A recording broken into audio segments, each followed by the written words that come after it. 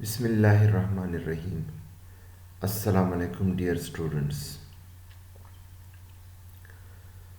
This is the class of wireless and mobile communication, and we are going to discuss cellular system design in this course, in this class.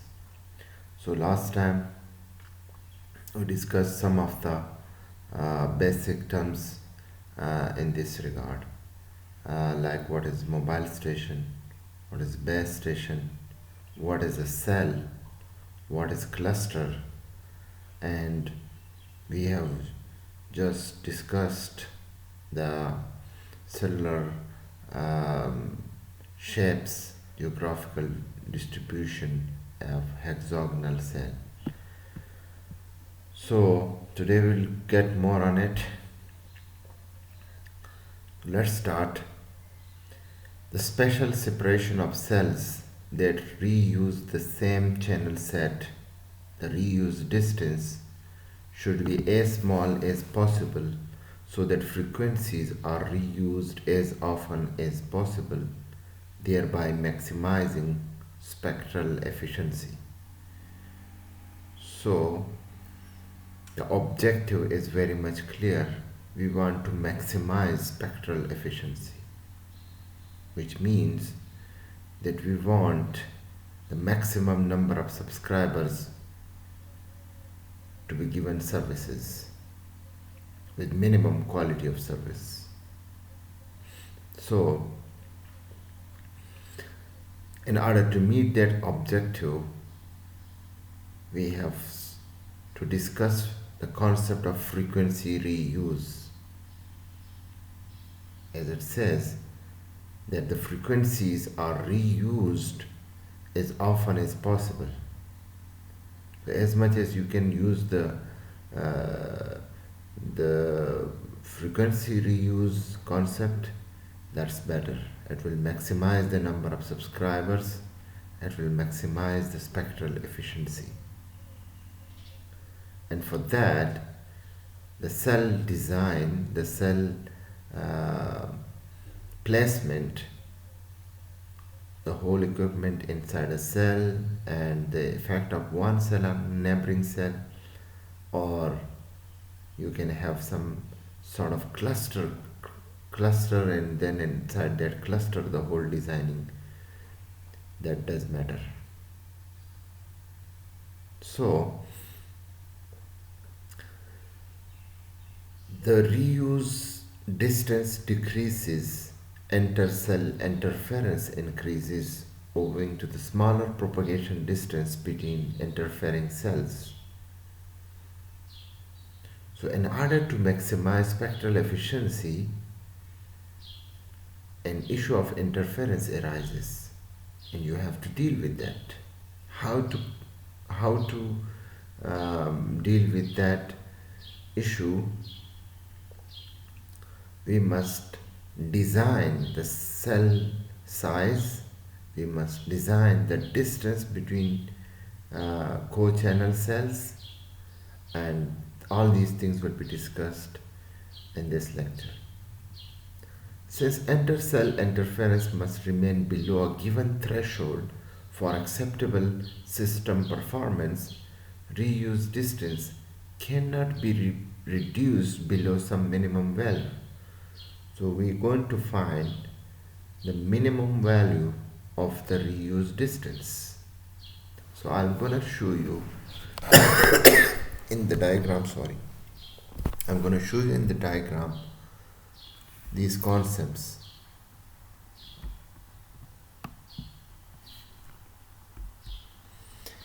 In practice, it is quite difficult to determine this minimum value, since both the transmitting and interfering signals experience random power variations due to the characteristics of wireless signal propagation. So, we must know that what are those signal propagation mechanisms that affect the power variations between interfering signals and the actual signal that intended signal you are transmitting. So the prime objective of this cellular architecture is to isolate interfering signal from the intended transmitting signal. And for that, obviously, wireless propagation characteristics are very, very important. And I shall just give you a hint that these characteristics includes um, like refraction, reflection, scattering, and other propagation phenomena that affect the power of the signal. So, in order to determine the best reuse distance and base station placement and accurate characterization of signal propagation within the cell is needed.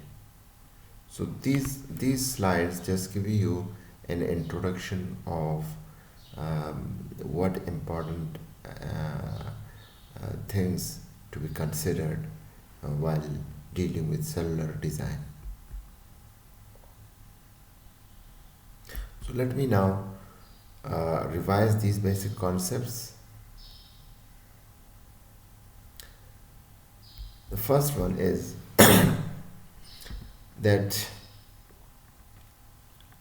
the first cellular system solves the problem of spectral congestion.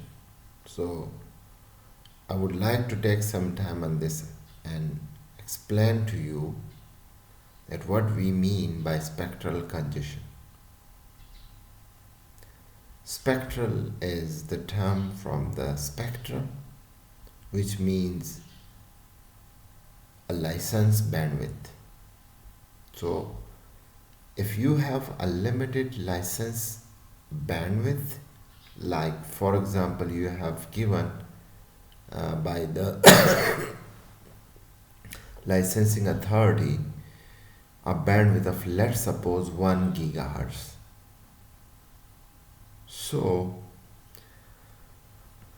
in order to get services to maximum subscribers, you need first to know that with 1 gigahertz how much subscribers you can give services with.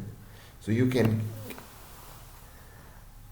like if you have a voice channel of 4 kilohertz, so straight away you divide 1 megahertz with 4 kilohertz and you will get some number, and that number is the number of subscribers that you can entertain without using frequency reuse concept. And then if you can reuse the frequency, the same bandwidth 2 times, so you will increase the number of subscriber by 2. So the reuse factor is important in this case to understand. Now the second line, offer high capacity and limited spectrum. That's the objective. You have limited spectrum of 1 gigahertz and you want to give the maximum capacity, maximum to entertain, to give services to the maximum number of subscribers. How you can achieve that? You can achieve high capacity by limiting the coverage area of each base station to a small geographical area which is called cell. So for example, for the whole city of Islamabad, the whole geographical area of Islamabad, if you're dividing it into one cell, it means you will have to install only one base station, and with 1 gigahertz you can provide services to 1 gigahertz divided by 4 kilohertz subscribers. That's the minimum. That's not the maximum spectral efficiency. That's the minimum. But with minimum, you are getting advantage of, our limitation is that you have only to install one base station for one cell. So you are saving some money over there with the cost of providing services to minimum number of subscribers. Alternatively, if you increase the cells, number of cells, if you increase the number of cells like to 10, so you will have 10 base station you have to install, and obviously you have to invest more, but the capacity will be high in that case. So the optimum number is to decide for the number of cells, and then to deal with other issues of congestion of interference. Replaces high power transmitter with several low power transmitters.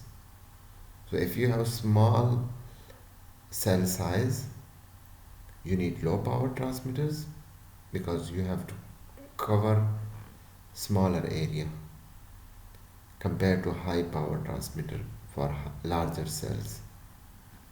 Each base station is allocated a portion of the total channels, and nearby cells are allocated completely different channels. So this, I'll come back to it and I'll show you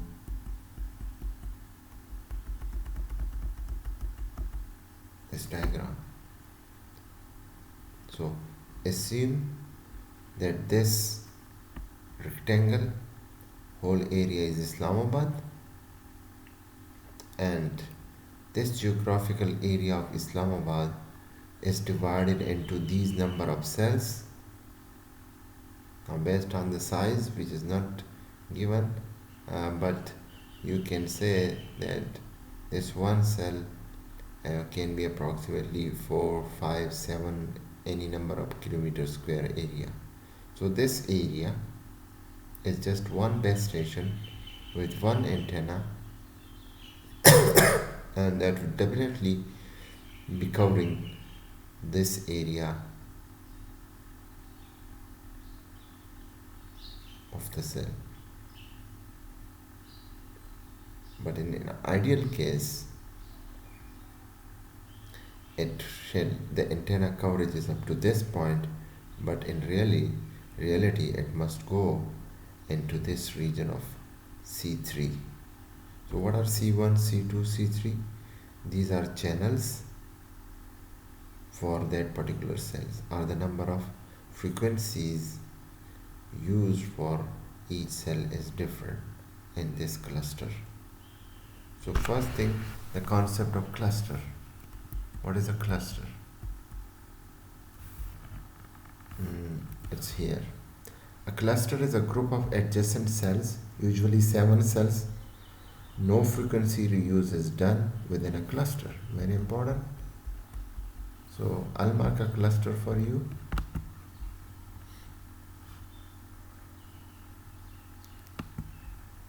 I'm saying that this C1, C2 and C3,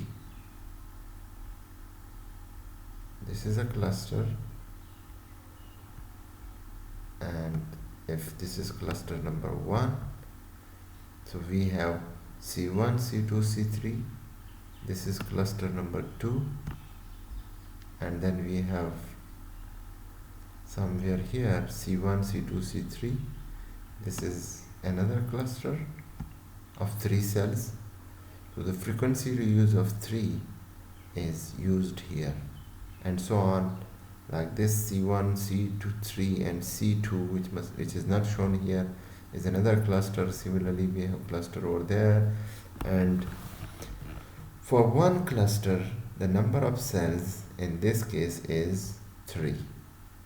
So given a bandwidth of 1 gigahertz, license bandwidth of 1 gigahertz, now you will divide it 1 gigahertz with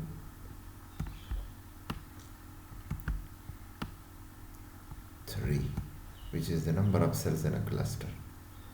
So it means that the whole bandwidth of 1 gigahertz will be divided into 3 parts. One is used by C1, channel 1, cell 1, the other one will be used by C2, and the other part will be used by C3. So for example, from 0 to If this is your whole bandwidth of 1 gigahertz, you shall divide it into 3 parts, and you can say that from 0 to 0.3 gigahertz will be used by C1. This is for C1, and then 0.3 to 0.6 gigahertz, 0.33 to 0.66 gigahertz, the second channel C2, and similarly the third one is for C3, which is from 0.66 gigahertz to 1 gigahertz. Since these channels are using different frequencies, the intercell interference. What is intercell? As I said, that this antenna, if suppose this is a directional antenna, so its coverage will be like this. Now this coverage will cover the whole area of its own, but partly it can interfere within this cell, but since they are at a different channel, so there is no interference over here. However, if C1 transmitting power is too high, and let's suppose it goes like that, so in this case this region of C1 has got interference, and the user in this region will get disturbed by the coverage of this C1. So this is now from this C1, that's interfering signal, while this transmitter shall provide intended signal to its own legitimate user over here. So this is the whole concept that I'm going to discuss, and the terms and the terminology that we are going to discuss.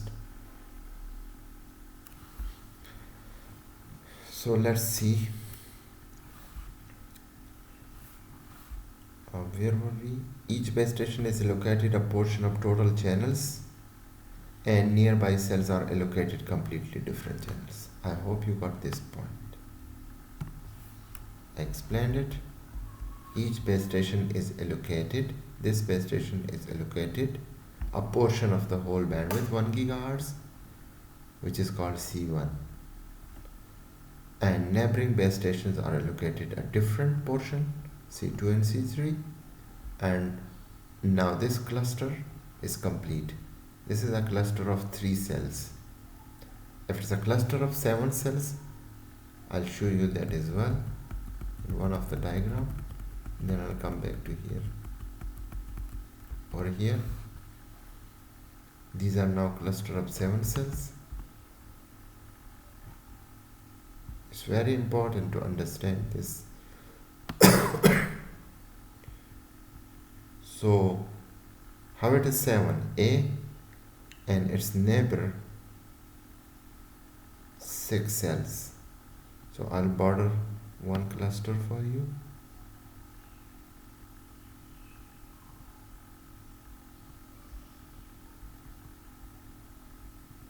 Now what's the idea? The idea is very much clear. You got reuse of 7 cells. Okay, reuse of 7 cells. What is I, what is J? I'll discuss that later. At the moment, we are just 7 cells in this one cluster. It means that 1 gigahertz bandwidth is divided into 7 equal parts, and each channel is allocated to each cell of those 7 parts. C1, C2, C3, C4, C5, C6, C7. You can simply think like that. Now, if you see here, this part is another I'm sorry, a little bit gone wrong, but I can say this is another cluster with 7 cells, so there should be a here. So this is the way it keeps things going, but in order to draw these diagrams or their boundaries, we need to learn these I and j concept, which we'll discuss later. At the moment, and there is a formula for it, I can show you. The reuse factor is given by I square plus ij plus j square, but we'll come to this later.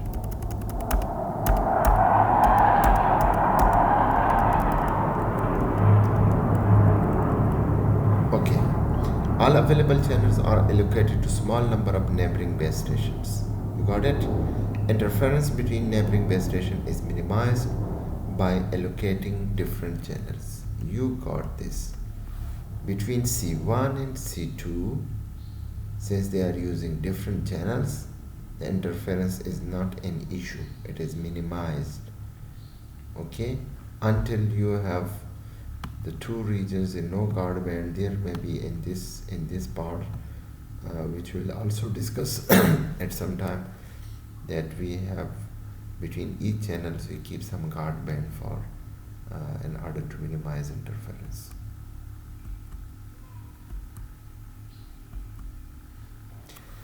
Same frequencies are reused by specially separated base stations. Interference between co-channel stations is kept below acceptable level. Additional radio capacity is achieved by frequency reuse. Fixed number of channels serve an arbitrarily large number of subscribers while keeping reuse and interference at optimum value. A cluster is a group of adjacent cells, usually 7. No frequency reuse is done within that particular cluster. I'm sure you are now understanding this point. No frequency reuse is done within a cluster.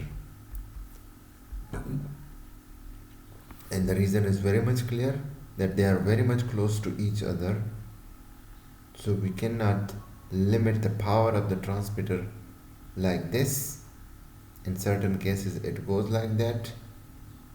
So this cell and this cell are not affected by this larger lobe of the transmitter.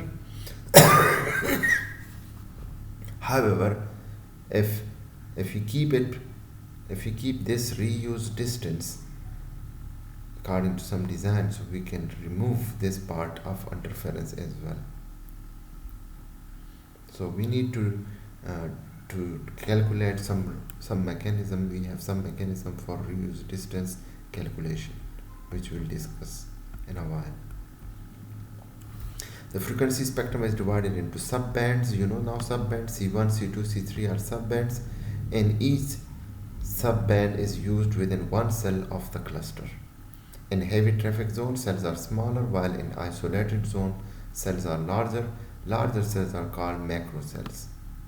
So geographical size of the cell determines whether it is a micro cell or a macro cell, but the whole architecture is the same in terms of that the cells are hexagonal in shape. The first thing, very important. And last time I told you that why we want hexagonal shape. It's more closer to a circle, and if you are using a transmitter at its center, so that means that every part of the cell is equidistant from its center. And there are so many other advantages of this shape as well. Like for example, if I want to use, instead of one master antenna, I want to use 6 directional antenna, so I have 6 what you say is 6 side of this, and then I can shape them with equal angular displacement, or what you say it, I don't know. Anyhow, this is important to know, that what is a macro cell and what is a micro cell.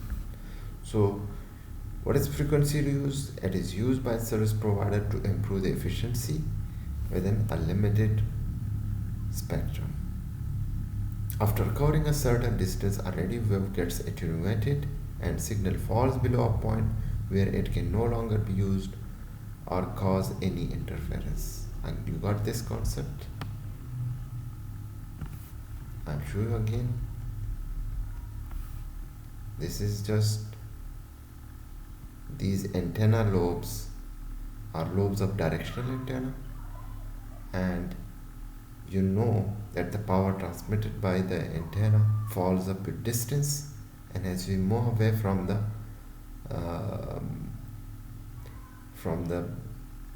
transmitter, the signal get attenuated. So this is what is discussed or said here.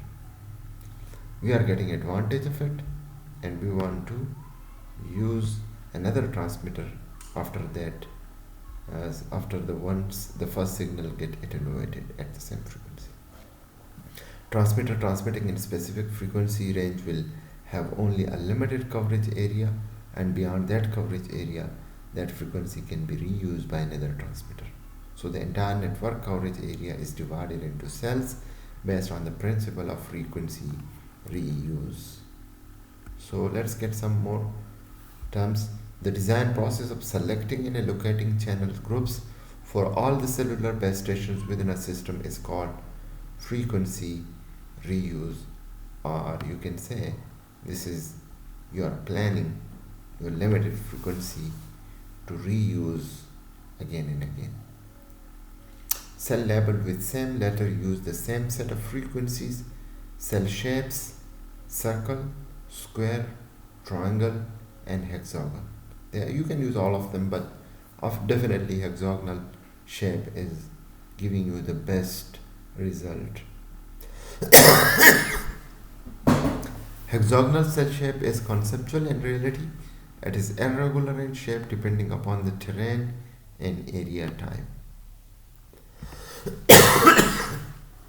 The ideal shape is hexagonal, but in reality, you can have regions where there is no subscriber, so you can change it, or you can neglect that part of the geographical area by just looking at the terrain, and then obviously all the things comes into it. So we'll have designing for congestion area, we'll have different designing for urban areas, rural areas, mountain area, or plain areas.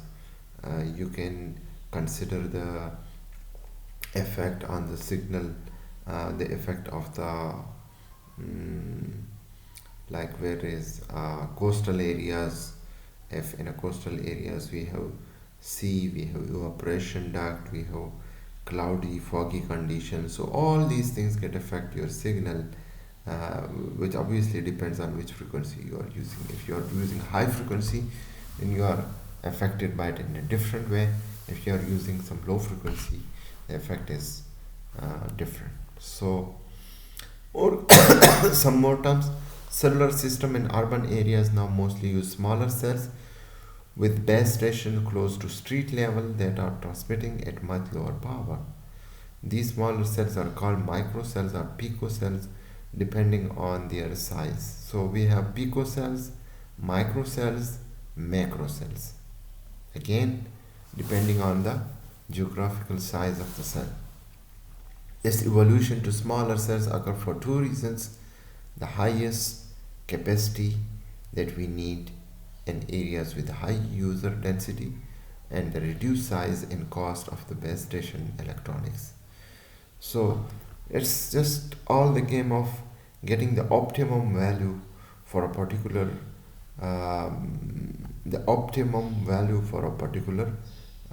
design parameter. The optimum value for a cost, you cannot bear too much cost, you cannot invest too little, so the cost is also important. You cannot obviously the number of users or the number of subscribers is not in your hand, that's the but you shall consider the growth in the number of subscribers. So keeping in view, you start designing with the frequency based with the limitation of the number of licenses.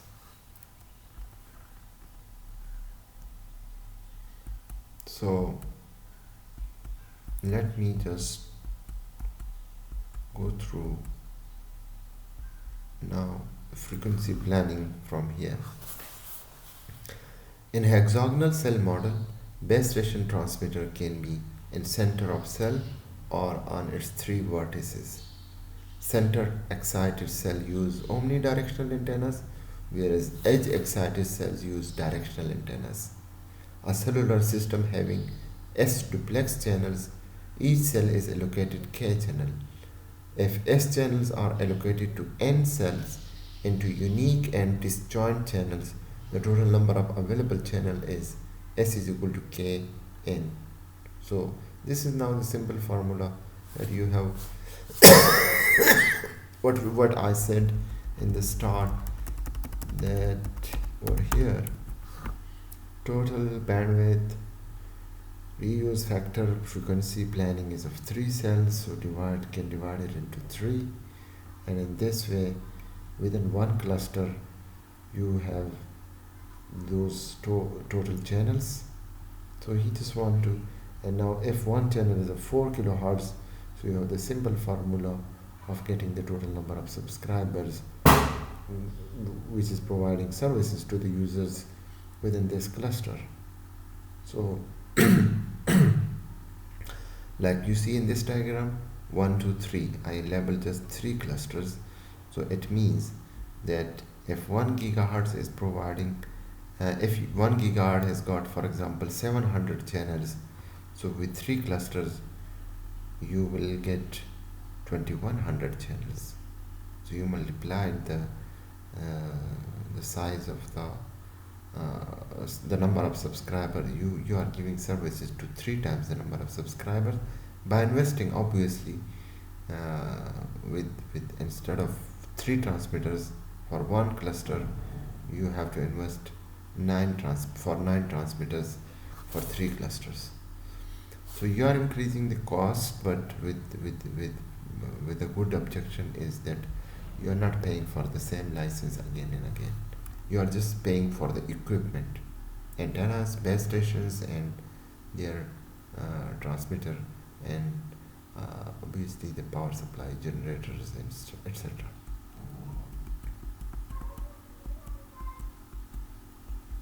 So these formulas, S is equal to Kn, is further explained. N cells collectively using all the channels is called a cluster, is a group of adjacent cells.